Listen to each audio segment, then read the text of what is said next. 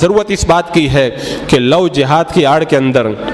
جو قانون پاس کیا گیا، اور آپ دیکھ رہے ہیں کہ کئی ہندو تنظیموں کی طرف سے یہ اعلان کیا جا رہا ہے کہ اتنی ہزار عورتیں ہمارے جو ہے وہ کنٹیکٹ کے اندر ہیں، جلدی ان کو ہم ہندو بنا کر کے انہیں ہم جو ہے وہ باقاعدہ ان کے ساتھ میں نکاح کرنے والے ہیں۔ کئی تنظیموں نے اعلان کیا کہ اگر کوئی کسی مسلمان عورت کو کافرہ بنا کر کے اسے اپنے نکاح میں لاتا ہے تو اسے اتنے لاکھ کا انعام دیا جائے گا۔ عزیزان مکرم، کیا یہ باتیں ہماری آنکھیں کھولنے کے لیے کافی نہیں ہے؟ آج ہمیں بہت زیادہ گہرائی کے ساتھ میں اپنے معاشرے اور اپنی سوسائٹی کا جائزہ لینے کی ضرورت ہے، اور خاص طور سے اپنے گھر کے اندر جوان ہونے والی بچیوں کا ہمیں بڑا بھرپور طریقے سے جائزہ لینا ہے۔ آج کئی ایسی رپورٹیں سامنے آ رہی ہیں جس سے یہ پتہ چل رہا ہے کہ آج شدت پسند تنظیموں کی طرف سے باقاعدہ فنڈنگ دے کر کے مسلم عورتوں کو اپنے عشق کے جال میں پھنسا کر کے انہیں مرتد بنانے کی کوشش کی جا رہی ہے، اور اس کے لیے بڑے بڑے انعامات رکھے جا رہے ہیں۔ اور اس حوالے سے جو چیزیں ہمارے سامنے آئیں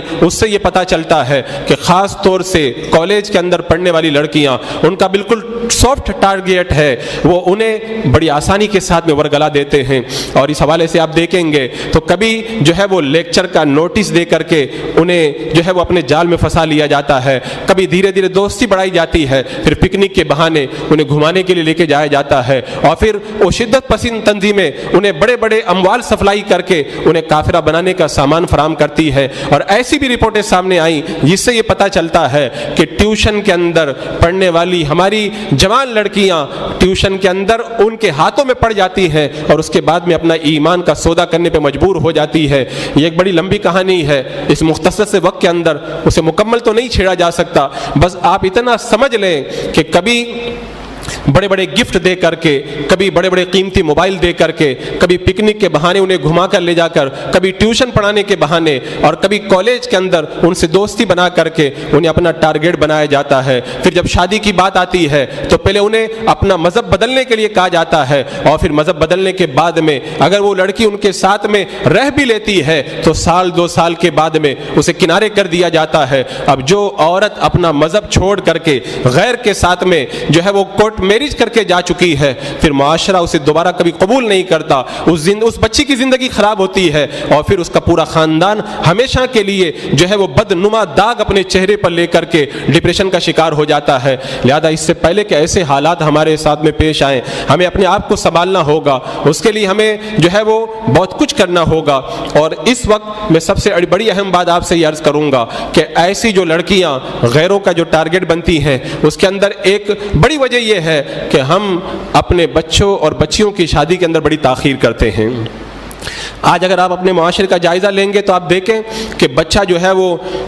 20-22 سال تک جو ہے وہ تعلیم کے اندر لگا رہتا ہے، اس کے بعد میں جب تعلیم سے چھٹکارا پاتا ہے تو پھر 3-4 سال جاب کی تلاش میں رہتا ہے، اور جب شادی کی بات آتی ہے تو والدین کہتے ہیں ابھی تو بچہ ہے، اور اس کے بعد میں جب بچے کی عمر 30 سال کی ہو جاتی ہے اور بچہ جب ڈھلنا شروع ہو جاتا ہے تب جا کر کے اس کے لیے پھر دلہن کی تلاش شروع ہوتی ہے، اور جب دلہن تلاش کی جاتی ہے تو ایسا لگتا ہے بات کڑوی ہے لیکن سچی ہے، ایسا محسوس ہوتا ہے کہ دلہن کو نہیں تلاش کیا جا رہا بلکہ جائز اور مال و دولت کی تلاش جاری ہے، کہاں پہ زیادہ مال مل جائے گا، کہاں پہ بڑا جائز مل جائے گا، اور اسی انتظار کے اندر بچہ غلط راستہ اختیار کر کے نہ جانے کتنی برائیوں کے اندر پھنس چکا ہوتا ہے۔ اس کا اندازہ کبھی ماں باپ کو نہیں ہو سکتا۔ ماں باپ سے اگر کہا جائے کہ بچے کی شادی کب کرنا ہے، وہ کہتے ہیں ابھی یہ تو بچہ ہے، اور بچے کا یہ حال ہوتا ہے 15-20 سال کی عمر کے اندر یا تو لڑکا اپنے لیے کوئی گرل فرینڈ بنا چکا ہوتا ہے، اور یا پھر کوئی لڑکی اپنے لیے بوائے فرینڈ چن چکی ہوتی ہے۔ کہتے ہیں کہ یہ خواہشات کا طوفان جو ہے وہ سیلاب کی طرح ہے، اگر تم اسے اچھا راستہ بنا کر کے نہیں دو گے تو یہ اپنا راستہ خود بنا لے گا، اور آپ جانتے ہیں پانی کو جب راستہ آپ خود نہیں بنا کے دیتے، پانی اپنا راستہ خود بناتا ہے تو پھر کتنی تباہی آتی ہے۔ اس تباہی کا اندازہ آپ اپنی سوسائٹی کے اندر جھانک کر کے لگا سکتے ہیں۔ آج ہم نے اپنے بچوں کی شادی کے انتظار کے اندر جو بڑی لمبی مدت گزاری، اس کا نتیجہ یہ ہوا ہوگا کہ ہمارے بچے دانستہ یا نہ دانستہ ایسے جرائم کے اندر اور ایسے گناہوں میں گرفتار ہو گئے کہ اس کا تصور بھی نہیں کیا جا سکتا۔ میرے آقا صلی اللہ تعالی علیہ وسلم نے بہت پہلے اس حقیقت سے پردہ اٹھایا تھا، اور میرے آقا نے فرمایا تھا اگر تمہیں دیندار رشتہ مل رہا ہو، اگر اچھے اخلاق والا رشتہ مل رہا ہو اور پھر تم شادی میں تاخیر کرو تو پھر ایسا فساد ہوگا، بہت بڑا فتنہ زمین کے اندر پیدا ہوگا۔ اللہ اکبر۔ لڑکا اور لڑکی جب ہو گئے مکمل 15 سال کے تو اب شریعت کی نظر کے اندر وہ بالغ ہے، اور لڑکا اور لڑکی جب بالغ ہو جاتے ہیں تو ایک فطرت ہے انسان کی، خواہشات کا ایک طوفان ان کے دل کے اندر امڑتا ہے، اور پھر وہ رفتہ رفتہ اگر اس کو صحیح راستہ نہ دیا جائے تو انہیں گناہوں کی طرف لے کر کے جاتا ہے۔ لہذا جتنا جلد ہو سکے ہمیں رشتہ کر دینا چاہیے۔ اور آج جو یہ ارتداد کا فتنہ پھیلا ہوا ہے جس کو میں نے آج کا اپنا عنوان بنایا تھا، اسے آپ معمولی نہ سمجھیں۔ اگر ہم نے شادی کے اندر تاخیر کی اپنے بچوں کی تو پھر یہ بھی ایک راستہ نکلے گا کہ غیر مسلم تنظیموں کی طرف سے ان کے جو نوجوان مسلم لڑکیوں کو پھنسانے کے لیے آج فنڈنگ کے ذریعے میدان میں اترے ہوئے ہیں۔ آپ کی بچی اگر ان کے ہاتھوں میں پڑ گئی، اور بہت سارے آج تو راستے ہیں، کالج کے اندر ان کے ہاتھوں میں پڑ سکتی ہے، بازاروں میں پڑ سکتی ہے، اور اگر کہیں بھی نہ جائے تو انٹرنیٹ اور سوشل میڈیا آج ایک ایسا راستہ ہے جس راستے سے کتنی جوانیاں تباہ ہو چکی ہیں۔ لہذا آج ہمیں ضرورت اس بات کی ہے کہ اس مسئلے کے اوپر بڑی سنجیدگی سے ہم غور کریں، اور جہاں تک ہو سکے ہم جلد سے جلد اپنے بچے اور بچیوں کی شادی کی طرف توجہ دیں تاکہ ایک بڑے عظیم گناہ سے ہم اپنے آپ کو بچا سکیں۔ اور عزیزان مکرم، آج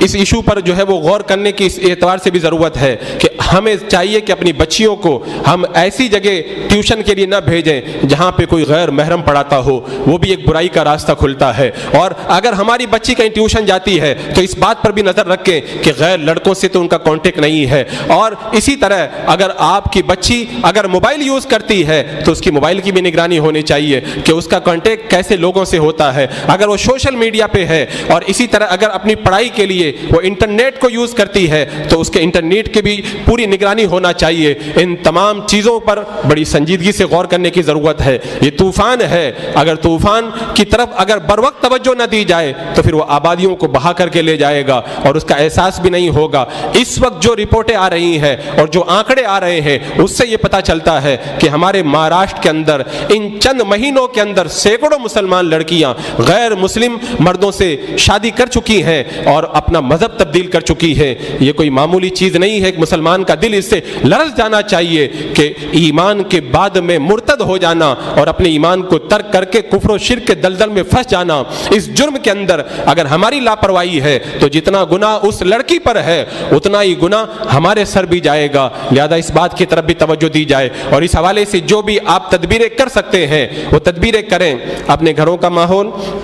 اسلامی ماحول بنائیں، اور یہ ایسا سسٹم بنائیں کہ آپ کے گھر کے اندر ہر چند ہفتوں میں یا چند دنوں کے اندر اسلامی محفل ہو جہاں پر اسلام کی باتیں بیان کی جائے، انہیں دین کو ان کی گھٹی کے اندر پلایا جائے۔ اسی طریقے سے آج جو اسکولوں میں جو تعلیم دی جاتی ہے وہ بندے کو اسلام بیزار کر دینے والی تعلیم ہے۔ لہذا ہم اپنے گھر کے اندر بھی اپنی بچیوں کی دینی تعلیم کا انتظام کریں، انہیں ہم اپنے اسلاف کی تاریخ پڑھائیں، شریعت کے احکام پڑھائیں، اور ہماری مقدس خواتین کی داستانیں انہیں سنائیں اور وہ کتابیں ان کو لا کر کے دیں۔ سیدہ خاتون جنت فاطمۃ الزہرا رضی اللہ تعالیٰ عنہا کی حیات طیبہ کیسی پاک حیات طیبہ تھی کہ ساری زندگی جن کا آنچل بھی ماہ و مہر نے نہ دیکھا، اور ان کی پاکیزگی کا یہ حال ہے کہ کل قیامت کے دن جب وہ پل صراط سے گزرے گی تو دامن پل صراط سے ایک ندا دینے والا ندا دے گا کہ اے محشر والوں اپنی نگاہوں کو جھکا لو، خاتون جنت رسول اکرم صلی اللہ تعالیٰ علیہ وسلم کی شہزادی 70,000 حوروں کی جھرمٹ میں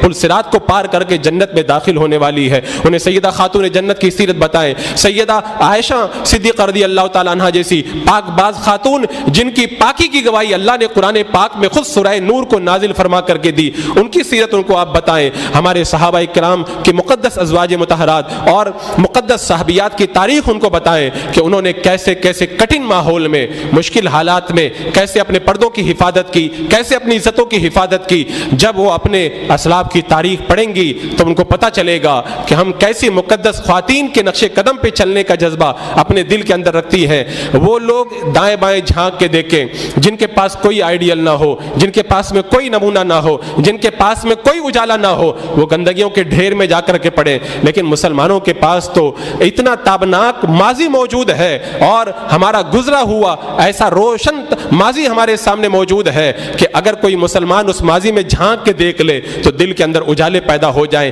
اتنے شاندار کریکٹر اللہ نے ہم کو عطا فرمائے ہیں، اتنے زبردست نمونے اللہ نے ہمیں عطا فرمائے ہیں کہ اگر ہم کسی ایک صحابی یا صحابیہ کی زندگی کو پڑھ لیں تو ہماری زندگی بدل کر کے رہ جائے۔ اور سب سے بڑا نمونہ اللہ نے ہمیں اپنے حبیب علیہ الصلوۃ والسلام کی مقدس زندگی کے اندر عطا فرمایا اور ارشاد فرمایا لقد کان لکم فی رسول اللہ اسوۃ حسنہ، تمہارے لیے میرے محبوب کی زندگی کے اندر